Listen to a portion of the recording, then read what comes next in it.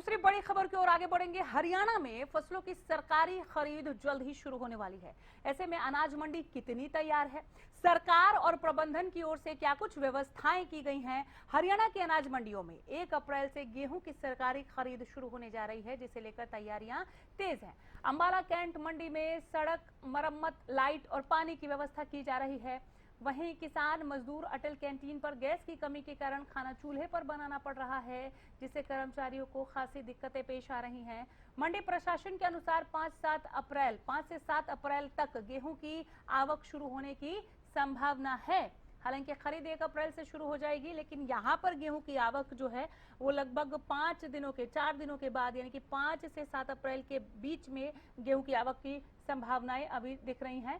सिरसा की अनाज मंडी की अगर हम बात करें तो सरसों और गेहूं की खरीद को लेकर तैयारियां यहां भी जोरों पर हैं। मार्च महीने के अंतिम सप्ताह से ही सरकारी खरीद भी शुरू हो जाएगी, जिसे लेकर खाद्य एवं आपूर्ति विभाग और मार्केट कमेटी ने मंडियों में व्यापक प्रबंध करने का दावा किया है। दावा ग्राउंड जीरो पर किस तरह से दिखते हैं, ये जैसे ही फसलों की आवक शुरू होती है और किसानों की फसलों की तादाद बढ़ने लगती है, वो दिखने शुरू हो जाते हैं। धरातल पर कितनी तैयारियां हैं वो इन तस्वीरों के साथ ही नजर आती है। फिलहाल दावे पुरजोर हैं, पुरजोर तैयारियों की जा रही है कि हमने तैयारियां की हैं। मंडी प्रशासन की ओर से तो यही कहा जा रहा है।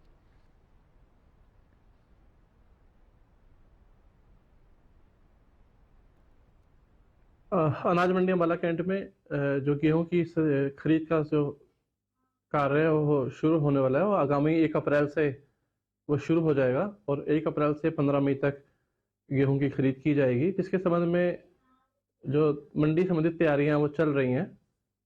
साफ सफाई का कार्य चल रहा है। जो रोड्स में रिपेयर वर्क, कोई छोटा मोटा पैच वर्क है वो पेंडिंग रह भी गया है, उसको भी हम करवा रहे हैं। और लाइट्स का भी को भी ठीक किया जा रहा है। उसमें बल्कि लाइट्स एक्स्ट्रा लगवा रहे हैं अभी, और एक्स्ट्रा लाइट लग रही हैं, इसलिए आप देख सकते हैं जाके। और कैंटीन को हमने शिफ्ट कर दिया था पीछे। बहुत दिक्कत आ रही है जी, हम तो लकड़ी से खाना बनाते हैं जी, धुएं में मन बहुत दिक्कत है जी। कहीं भी सिलेंडर नहीं मिल रहा, सिलेंडर की जगह हम बहुत परेशान है जी, हम सिलेंडर से। हाँ जी, दी है जी। कैंटीन में जी 2 दाल सब्जी भी बनाते हैं जी, चावल भी बनाते हैं, रोटी भी बनाते हैं। हाँ जी। 10 रुपये में कितने रुपए का खाना? 10 रुपये प्लेट। 1 अप्रैल से गेहूं का और 28 मार्च से सरसों की खरीद शुरू होने वाली है। तीनों खरीद एजेंसियों ने खरीद की सब तरह की तैयारियां कर रखी हैं और किसानों को किसी भी प्रकार की कोई समस्या नहीं आने दी जाएगी। विभाग द्वारा क्या कुछ गाइडलाइंस जारी की गई हैं खरीद को लेकर? विभाग द्वारा यही अपील की जाती है किसानों से कि वो अपना जो भी उत्पाद मंडियों में लेकर आते हैं वो नॉर्म के हिसाब से ही लेकर आएँ। जैसे उसमें नमी का खासकर ध्यान रखा जाए, उसी हिसाब से वो अपना गेहूं सुखाकर, अपना उत्पाद सुखाकर मंडियों में लेकर आएँ, जिससे उन्हें किसी प्रकार की आगे कोई उनका उत्पाद बेचने में। महेंद्रगढ़ में अनाज मंडी में कैसी व्यवस्थाएं हैं, जान लेते हैं। हमारे संवाददाता अक्षय यादव से महेंद्रगढ़ का हाल बताएंगे, सीधे जुड़े हैं। कितनी तैयार है मंडियां यहाँ पर फसलों की आवक को लेकर? अक्षय। बिल्कुल अनामिका, मैं आपको बता दूं जो 28 मार्च से जो सरसों की खरीद है वो शुरू होनी है, साथ ही 1 अप्रैल से जो एमएसपी पर जो गेहूं की खरीद है वो शुरू होनी है। इस वक्त मैं महेंद्रगढ़ के अनाज मंडी के अंदर मौजूद हूं, जहां प्रशासनिक अधिकारियों के द्वारा जो तमाम इंतजाम वो किए गए हैं। बाकायदा रजिस्ट्रेशन काउंटर बनाया गया है और बारदाना और खरीद एजेंसियां उनको भी चिन्हित किया गया है, जो इस पूरी प्रक्रिया के अंदर जो खरीद करेंगे। और महेंद्रगढ़ जिले की बात की जाए तो 2,65,000 के करीब जो किसान है जिन्होंने 85,000 एकड़ के करीब जो सरसों के लिए जो पंजीकरण करवाया है। इसी के अलावा जो गेहूं की आवक है उसमें थोड़ा समय लगेगा, लेकिन मैं मंडी के हालात आपको दिखाऊं। अभी तक सरसों का एक भी दाना है वो अनाज मंडी के अंदर नहीं पहुंचा। इसके पीछे कारण ये है कि अब की बार जो सरसों की जो एमएसपी है वो 6200 रुपए निर्धारित किया गया है, लेकिन जो सरकारी खरीद है इससे अधिक जो दाम है किसानों को जो खुली बोली के ऊपर मिल रहे हैं, और 6600 रुपए तक की जो उनकी फसल है वो खेतों के अंदर ही खरीदी जा रही है। तो ऐसे में अनुमान लगाया जा रहा है कि अब की बार जो किसान है वो मंडी के अंदर अपना अनाज लेकर कम पहुंचेंगे, क्योंकि ट्रांसपोर्टेशन खेत से लेकर मंडी तक का जो लगता है और इससे उच्चे दाम किसानों को अब की बार खेत के अंदर ही मिल रहे। तो प्रशासन ने जरूर जो तमाम तैयारियां वो पूरी की है। उन्होंने वेयर हाउस और जो खाद्य आपूर्ति विभाग और एफएड तीनों को जो खरीद की जो जिम्मा है महेंद्रगढ़ जिले के अंदर सौंपा है। कई किसानों प्रकार की समस्या न आए को लेकर बिजली की बात की जाए तो जिला प्रशासन और हरियाणा सरकार के द्वारा जो पिछली बार धान खरीद के अंदर घोटाला देखने को मिला था, उसके बाद जो सत्यापन की प्रक्रिया किसानों की वो भी बायोमेट्रिक के माध्यम से शुरू की गई है। साथ ही जो वाहन है उसके फ्रंट जो व्हीकल है उसकी जो नंबर प्लेट होना अनिवार्य है। उसके बाद ही जो किसान अपनी जो फसल का वाहन है उसको मंडी के अंदर लेकर प्रवेश करेगा। इसी प्रकार के जीपीएस जो ट्रैकिंग के माध्यम से जितने भी वेयर हाउस तक जो माल मंडी के अंदर जो खरीदा जाएगा उसको लेकर जाएंगे जो ट्रक है, उनके अंदर जीपीएस तथा अन्य अत्याधुनिक जो सुविधाओं से लैस उनको किया गया ताकि किसी भी प्रकार की गड़बड़ घोटाला वो नहीं किया जा सके।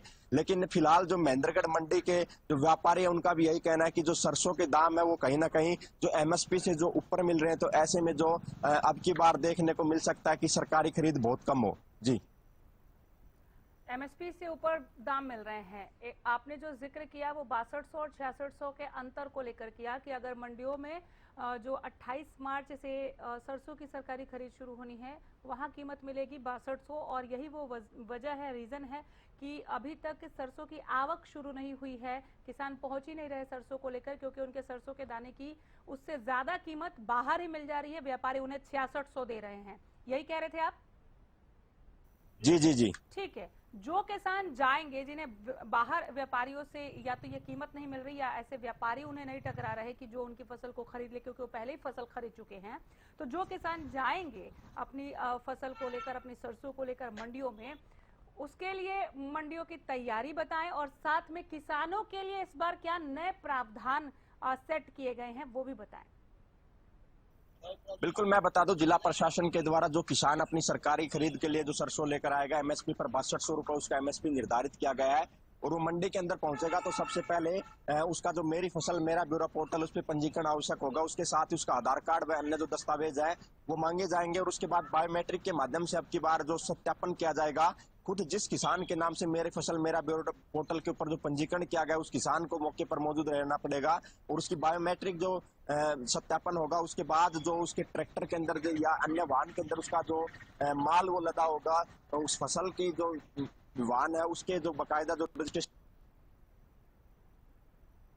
और उस वाहन को एंट्री के बाद बकायदा जो पूरी प्रक्रिया उसके अंदर जो जिला प्रशासन के द्वारा जो निर्देश जारी किए गए हैं कि जो आपकी जो सरसों है वो साफ सुथरी होनी चाहिए, और बकायदा उसके अंदर जो 8 से जो कम जो मॉइस्चर लेवल है वो मिलना चाहिए। अगर 8 से ऊपर का मॉइस्चर लेवल होगा तो वो सरसों रिजेक्ट कर दी जाएगी।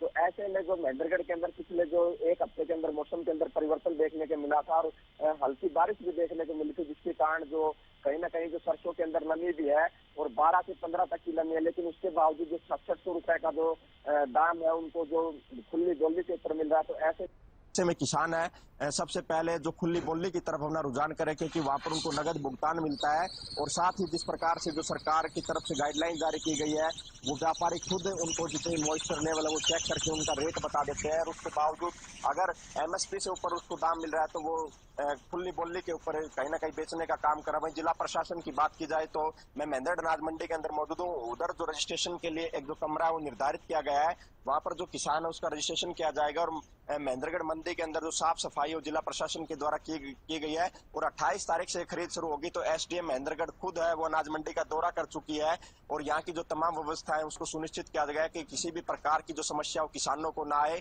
साथ ही जो खरीद प्रक्रिया उसके लिए जो बारदाना है उसकी आवश्यकता होगी, क्योंकि जो किसान अपनी जो फसल बेच कर जाता है उसके बारदाना के माध्यम से पैक करके जो वेयर हाउस है वहां तक पहुंचाया जाता है। तो बारदाना की जो है वो भी मार्केट कमेटी के अधिकारियों के पास जो बारदाना पहुंच चुका है। साथ ही जो खरीद एजेंसी है उनका भी निर्धारण कर दिया गया है। साथ ही जब किसान अपनी फसल यहाँ से बेचेगा तो लिफ्टिंग करके उसको माल को वेयर हाउस तक ले जाने की जो जिम्मेदारी है वो उसका भी टेंडर जिला प्रशासन के द्वारा जारी कर दिया गया है। यानी पिछले एक हफ्ते से जिला प्रशासन के तमाम अधिकारी इस कार्य के अंदर जुटे हुए थे, और जो तमाम तैयारियां हैं वो फसल खरीद को लेकर की जा चुकी है। लेकिन अब की बार ऐसा जो भीड़ भाड़ या उसकी जो स्थिति है वो महेंद्रगढ़ जिले के अंदर कम देखने को मिलेगी। हालांकि जो महेंद्रगढ़ का जो क्षेत्र है यहाँ पर सरसों सबसे अधिक होती है, और अभी तक जो सरसों की जो कटाई है वो लगभग पूरी हो चुकी है, और सरसों को निकालने का काम है वो भी पिछले 3-4 दिन से जारी है। लेकिन अभी तक अनाज मंडी महेंद्रगढ़ के अंदर एक भी अनाज का दाना है वो सरसों का नहीं पहुंचा है। जी अगर ये अनाज का दाना पहुंचता है वहां पर तो उसके लिए शेड की क्या व्यवस्था है? चूंकि आपने बारिश का जिक्र किया, अगर यहाँ पर चूंकि पश्चिमी विक्षोभ का असर अभी पूर्णतया खत्म नहीं हुआ है, हमने पिछले दिनों देखा बेमौसम बारिश ने किस तरह से दस्तक दी और किस तरह का माहौल बना था। कहीं कहीं पर मौसम खुशगवार जरूर दिखा, लेकिन किसानों की जो चिंता की लकीरें थी उनके चेहरे पर वो साफ नजर आ रही थी।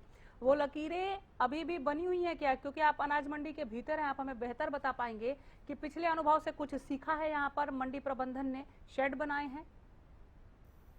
बिल्कुल, मैं आपको बता दूं, महेंद्रगढ़ अनाज मंडी ये काफी पुरानी अनाज मंडी है, लेकिन ये छोटी अनाज मंडी है और यहाँ पर जो टीन शेड है उसकी व्यवस्था नहीं है। और अधिकारी जब बारिश का मौसम होता है तो तिरपाल से कहीं ना कहीं उस फसल का बचाव करते हुए नजर आते हैं। हालांकि अब की बार जो मुख्यमंत्री नायब सिंह सैनी उनके द्वारा घोषणा की गई थी कि एक अनाज मंडी महेंद्रगढ़ के अंदर जो नई अनाज मंडी वो बनेगी, उसके लेकर जो अधिकारी उन्होंने जगह भी चिन्हित की गई है और आने वाले समय में वो नई अनाज मंडी बनेगी। लेकिन अब की बार जिला प्रशासन ने जो बारिश के बचाव को लेकर है यही व्यवस्था की है कि तिरपाल के माध्यम से कहीं ना कहीं उस फसल को बचाने का काम किया जाएगा, क्योंकि मंडी छोटी है और यहाँ पर जो टीन शेड की व्यवस्था वो शुरू से ही नहीं हो पाई है।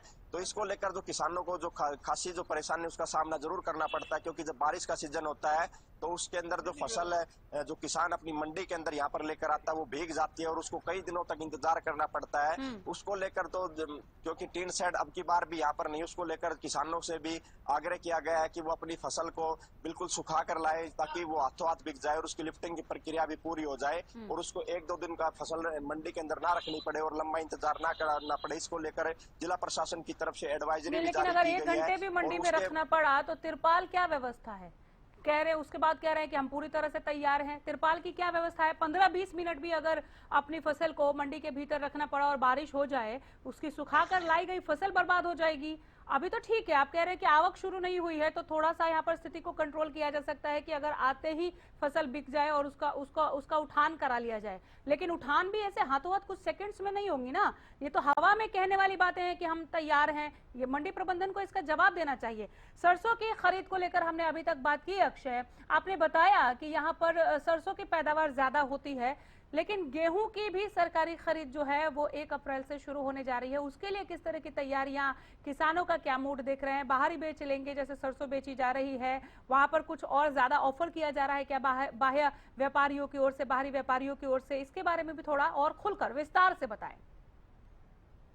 जी बिल्कुल, मैं आपको बता दूं, जो गेहूं है सरसों की तरह जो गेहूं है उसके दाम भी जो एमएसपी से ऊपर किसान को मिल जाते हैं और महेंद्रगढ़ अनाज मंडी के अंदर बहुत कम देखने को मिलता है कि किसान अपने जो गेहूं की फसल है वो भी मंडी के अंदर लेकर आता है। लेकिन पिछले दिनों जब सरसों का जो एमएसपी रेट से कम जो व्यापारी लगाते थे तो मंडी के अंदर जो भीड़ है वो जरूर देखने को मिलती थी।